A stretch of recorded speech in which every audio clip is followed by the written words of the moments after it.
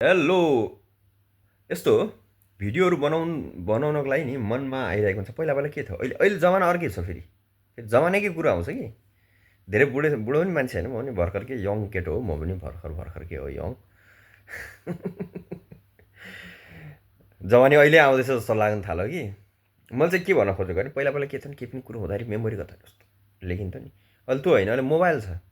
तपाईँलाई कन्टेन्टहरू केही पनि दिमागमा आयो भने मोबाइल अन गर्नुहोस्, टक्क बोल्नुहोस्। सरर बोल्ने हो, राख्ने हो, अनि मिलाएर चाहिँ अनि भिडियो हाल्ने हो। कन्टेन्ट त्यसरी बनाउने अनि। अब मान्छेले भन्छ नि आज 2वटा हाल्ने, 3वटा हाल्ने, केही छैन। हाल्नु हाल्नु पुरै ड्याङ्की हाल्दा हुन्छ, केही हुँदैन। तर दिमागमा आएको कुरोहरू ट्याक्कै मोबाइल अन गर्नुहोस्, बोल्नुहोस् मजाले। पुरै खोल्नु, पुरै सिरियस भयो केही कस्तो ल्याङफ्याङ भन्नुहोस्, यसो गर्नु टक्क आएर यसो बोल्ने हो। अनि बोल्ने हो, अनि बिचबिचमा थाहा छ नि कन्टेन्टमा कसरी गर्ने। बिचबिचमा अलि यसो गर्दा पनि हुन्छ नि। यसो यसो तँले त्यो दिने क्या, त्यो हुन्छ नि मान्छेले त्यो अदा हुन्छ नि त्यो। छोरी मान्छेले यसो अदा उफ आ गर्छ नि त, हामी त्यो उफ आ गरिँदैन।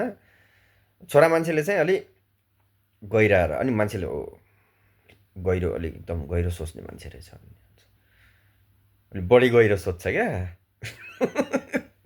त्यो बुझ्नुपर्छ।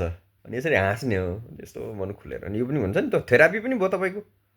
मान्छे हामी पहिला पहिला याद गरेछ नि त्यो, उसमा फिल्डमा गएर हा हा हा गर्दै हाँसिन्थ्यो नि त। अनि त्यो कहाँ अब गर्ने, अब त छैन त्यो बेला छैन। किनकि मान्छे ग्यादर नै हुँदैन, पुरै एकजुट नै हुँदैन, एक ठाउँ हुँदैन, बस्दैन। अब यो मोबाइलमा हो, यसो गर यसो गरिदिने हो।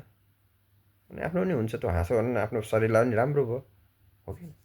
अनि कन्टेन्ट पनि भयो, के भयो भन्नुहोस् त। भन्नु भने नि त्यो लेख्नुहोस् कन्टेन्ट, नलेख्यो भने त इमोजी हालिदिनु। इमोजी, ए सरी, ए त्यही हालिदिनुहोस् है, गरेको।